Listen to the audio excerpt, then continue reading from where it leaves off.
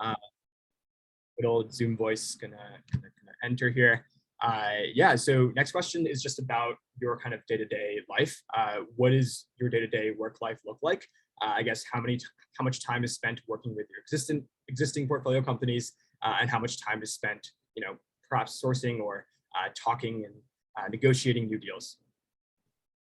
Yeah, definitely. So you all, you probably know this, but most people break down the Java venture into 4 main buckets: sourcing, picking, winning, and building. So sourcing is finding interesting companies to go take a look at. Picking is meeting with them and trying to understand, is this a company that you want to work with? Winning is the right to sort of partner with them. And then building is actually helping them sort of build this into a giant company. I would say overall, like if you're just getting started in the job, like probably 90% of your time is spent, 80% of your time is spent sourcing, and then like 20% is probably spent picking. As you reach equilibrium, if I had to guess, I would say 30 to 40, I would say roughly half of my job is like sourcing and picking. So meeting companies and sort of doing diligence on them. And then the other half of my job is company building. If I think about my week, which is like one way of thinking about this, Mondays are what are known as like partner meeting days. And so Mondays are pretty much dedicated to sort of final meetings for companies. And then this sort of very long partner meeting to sort of discuss and debate the company. And then I probably spend 1 to 2 days a week, largely in one-on-ones or board meetings, helping existing companies. And then 1 to 2 days a week meeting new companies. And then I try to reserve 1 day a week to try to think and write. So. Yeah, totally. And kind of in that vein, especially on kind of the sourcing and picking end, I guess more so the latter, how do you typically go about evaluating a company? And feel free to take this question however you want. Yeah, it's a very long answer, but I'll try to touch on a couple of things. Generally, most people will break down evaluating a company into three buckets: team, product, and market. And how you evaluate the company is really a function of its stage as well. Like how you would think about, the proverbial 2 people in a garage seed stage company is quite different than 300 people and 50 million in revenue.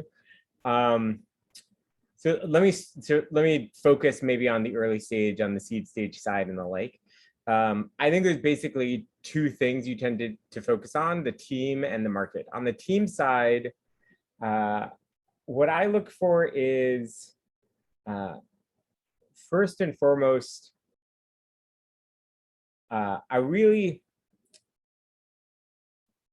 this is a little bit hard to quantify, but a special founder, where special is subjective, but there's something about the founder that is unique and maybe world-class. Maybe they have some unique insight about some problem that is important, and they are, the kind of the best person in the world to try to solve this problem. Maybe they are, maybe they're a world expert, even if they're young, in like some domain that is going to become important. Maybe they just have a tremendous amount of like grit and tenacity and resilience. But I try to look for sort of specialness in the founder in some form. I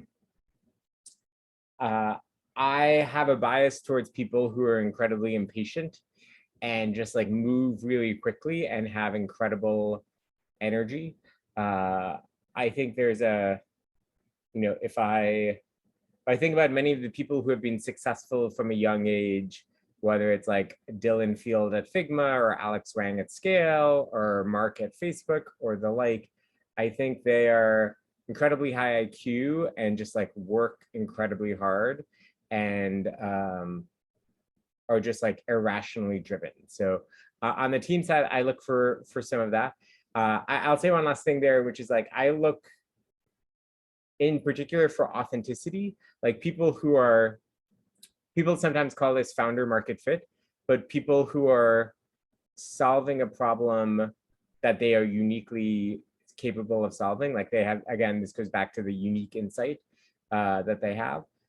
So that's a little bit on the team side. On the market side,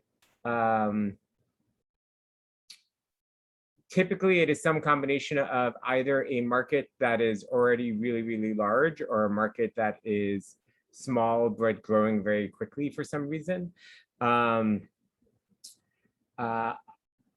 We tend to focus a lot on like the why now, like why is now the right time to start this company as opposed to 3 years ago or 3 years in the future. And at the seed stage, those are the two things we primarily index on. Like if it's a great founder and a great team in a market that we like a lot, we tend to lean quite a bit for it.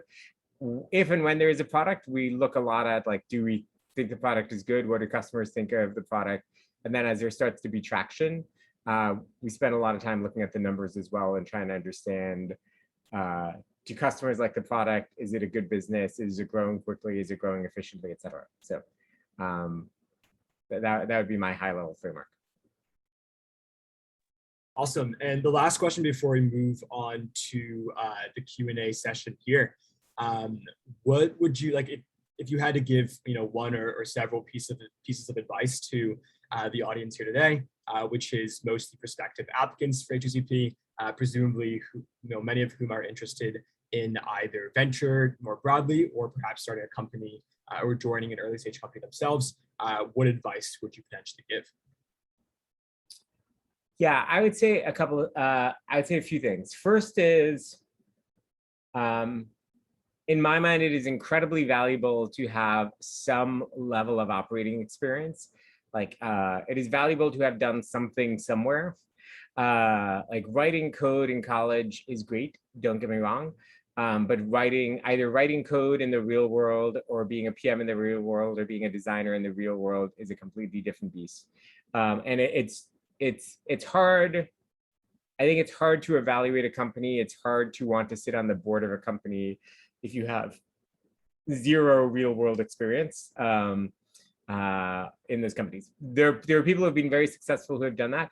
Those people typically come from more of like a finance background than a like technology background. But in my mind, it is the exception rather than the rule. So point number one. Point number two, there's this guy I know who did something incredibly fascinating. He was probably like 24, 25 at the time. He'd worked at a tech company for about 3 years. He was roommates with this other guy. And they decided they were gonna switch jobs. They were gonna pick their new job. And so the two of them scoured the landscape, looked at all of the interesting companies that are out there, whittled it down to like a list of 8 companies that they thought were the most promising companies.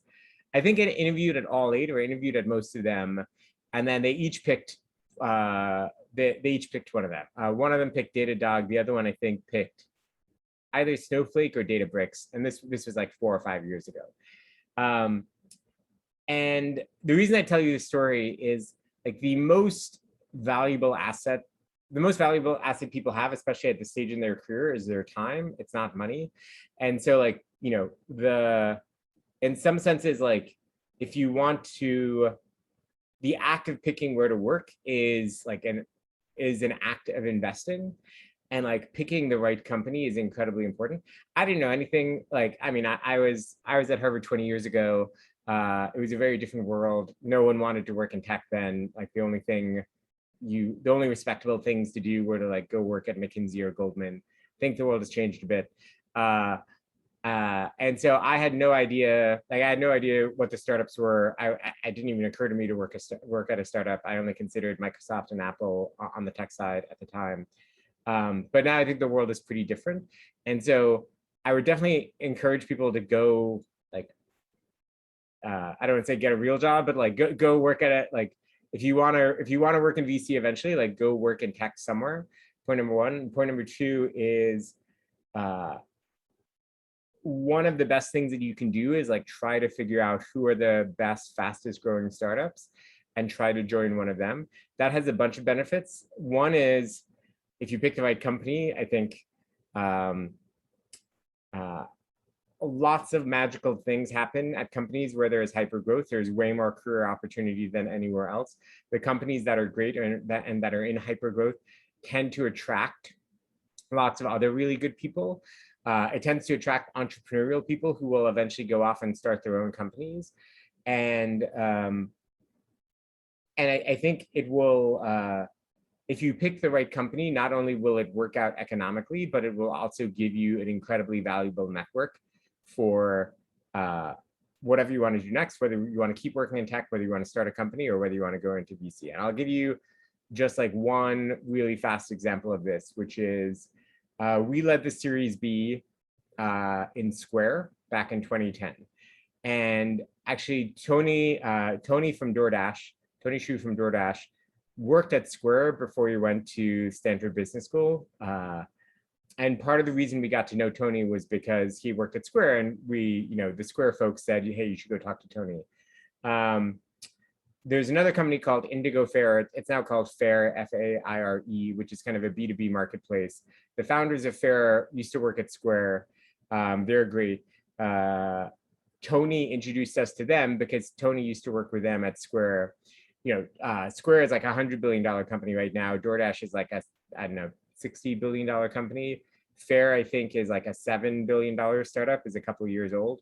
And all those folks came from Square. So if you had picked Square in like 2010, 2011 to go join, that would have been a phenomenal place to, go work. I'll give you one more example. I think, not 100% sure of this, but I'm pretty sure Brian Armstrong, the guy who founded Coinbase, worked at Airbnb in like 2010, 2011 before he left to go find Coinbase. Someone can Google that and fact check me, but I'm pretty sure that's right.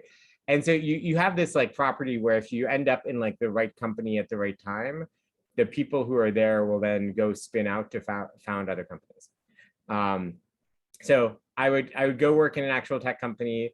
I would bias towards a startup over a more established company, and I would try to triangulate on who are the best startups and then try to go work there. So I will pause there.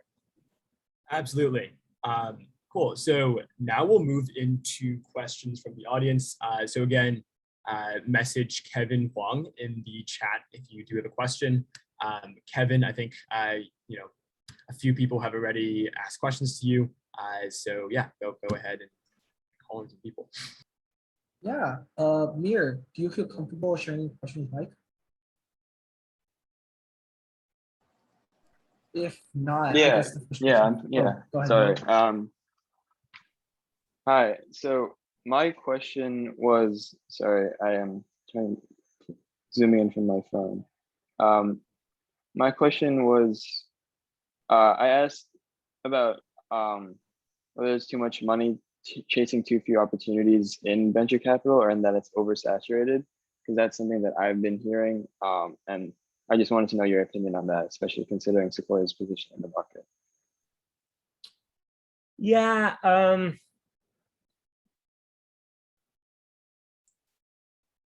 This is complicated. This kind of gets into, I think the short answer is, I don't know. I think the longer answer is, it's easy to look at like charts of how much money has gone into venture capital and argue, oh, look at this like spike, it's a bubble, there's going to be a correction, etc. And like that might be true. Or it might be true that like people have realized that many of the tech business models are just like pretty amazing business models. And like the speed at which tech is like disrupting industries is accelerating rather than holding constant or decelerating. And certainly like, and then there's like macro monetary policy issues around like what is the Fed doing? What are yields in various categories? And like, what do yields look like in tech? So I like tend to think it's probably pretty rational how much money it has moved into tech. It can definitely have, it can have negative, it ends up having two impacts. One is probably more companies get founded than, I shouldn't say like than should, but like than might otherwise be founded. I don't know if that's good or bad. I think it depends on like I mean, if you think that like company success is effectively random, then it's probably better to have more shots on goal. If you think that like the marginal new company is dilutive to like the ones that will exist, then it's bad. I don't know. I tend to like fall on the side of like more people trying more things is probably good. And so I don't know. It's one of these things where it's like, I remember 5 years ago, the reason I like have some hesitation to say, yeah, all this money is flowing in, that's bad, is like 5 years ago in 2016, everyone was saying, oh my God, look, we're in like the longest bull market of all time. We're 7 years into this bull market from the global financial crisis. Like there's going to be a correction, blah, blah, blah. And I remember there was like sometime in 2017, I don't remember the specifics, but there was something called, that was termed like the SaaS crash, where like a bunch of SaaS companies dropped in valuation pretty precipitously.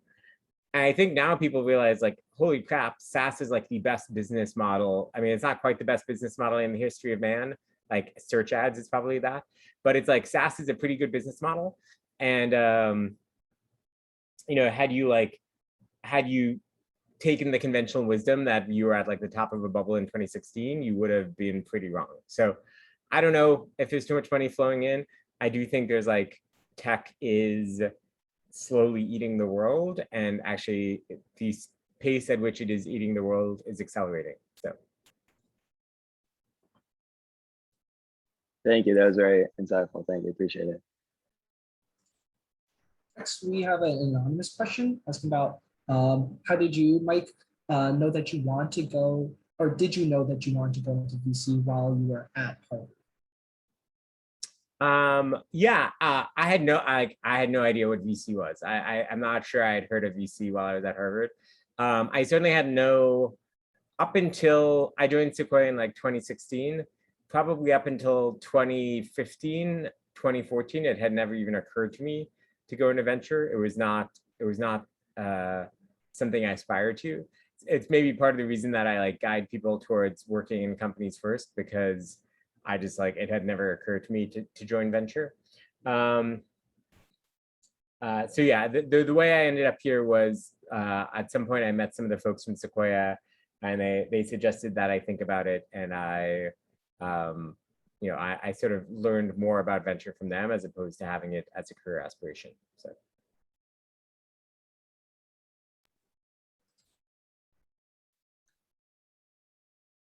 Cool. Mike, I don't know how much time you have, but want to get in as obviously many questions as we can. Do you think like maybe one or two more questions? Yeah, I can probably go, yeah, 2 more questions is great. Awesome. Great. So next question from Meredith, I guess following up on that previous, or that last question previously ended, what is a typical streamlined path to VC as a career? Yeah, I think there is, I don't know to what degree there's a typical path, but I'll give you sort of 3-ish that I have seen. There are some folks that have joined right out of college, but I generally dissuade it. I think that, well, I'll say there's 4 paths. There's one which is joining right out of college.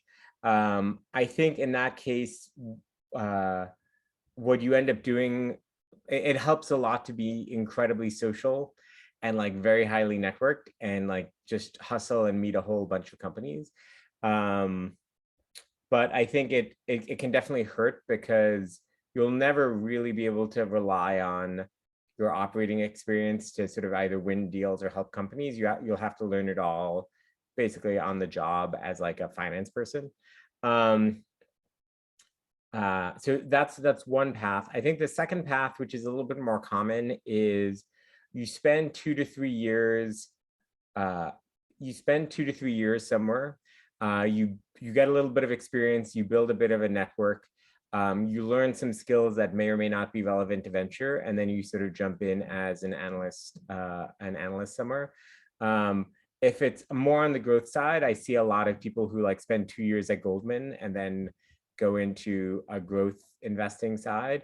On the venture side, on the early side, I think it's better to go to a startup or a private company than it is a public company. But I think my son is interrupting. 1 second. And so I think like a Stripe or an Airbnb or a DoorDash or something like that, those might even be a little bit late right now for this path, but like a Retool might be great. A Figma might be great. Like joining there for a couple of years, getting to know a bunch of people, getting a bunch of experience, and then jumping in is the second path. The third path, which I think is even better, is kind of maybe spending 4 to 5 years at a really interesting startup, ideally joining one pretty early and then growing with it. I'll give you one example of this, or even founding a company. Founding a company is also great.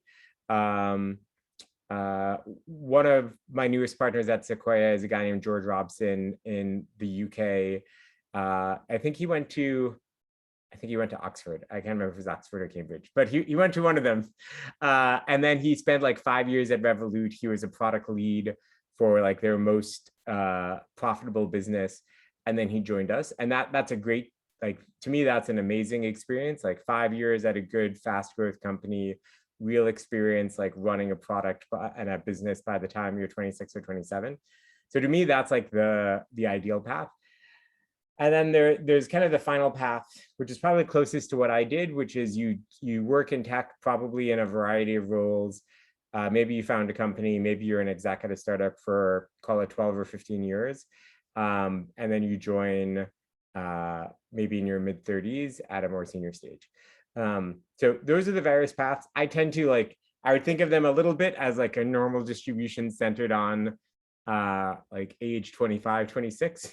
So I'd either do like 2 or 3 years of experience and then try to jump in at one level, or maybe spend 5 years of experience, jump in on another level.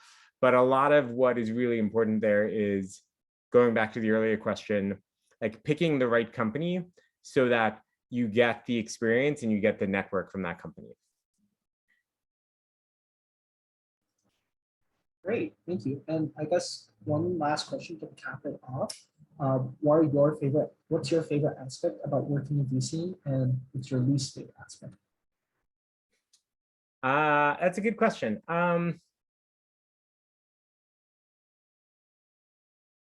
My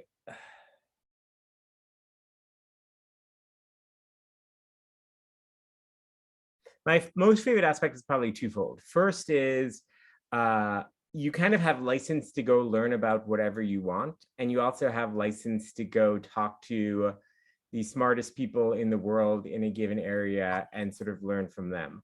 And so, in the past week, I won't tell you the specifics, but there's like one topic that I've been diving deep into, and I basically got to talk to like 5 or 7 of the smartest people in the world on this topic for 30 minutes.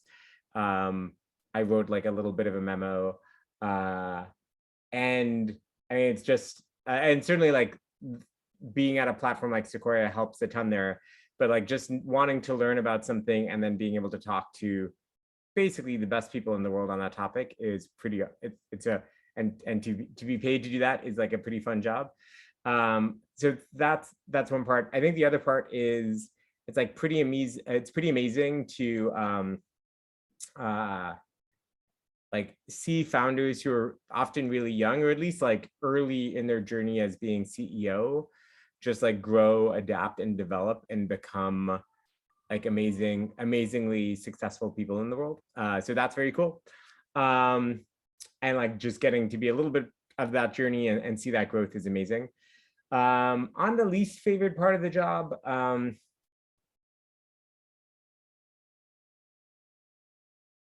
there were a couple of times when there are a couple of tough moments where either your interests are like a little bit misaligned with the founder, or it's just like a very competitive situation. Like, actually, I'll tell you the real worst part of the job is when there's like a super interesting company that you like a lot and everyone else likes it a lot, and they have kind of like 10 term sheets. And unfortunately, like the founder can't just take all 10. They usually have to pick one. And so that process, and especially like the waiting game, the 2 to 3 day waiting game, when that gets sorted out, is can be tough. And I think it's one of the few times where Like I care a lot about being on the same side as the founder and doing everything I can to help them.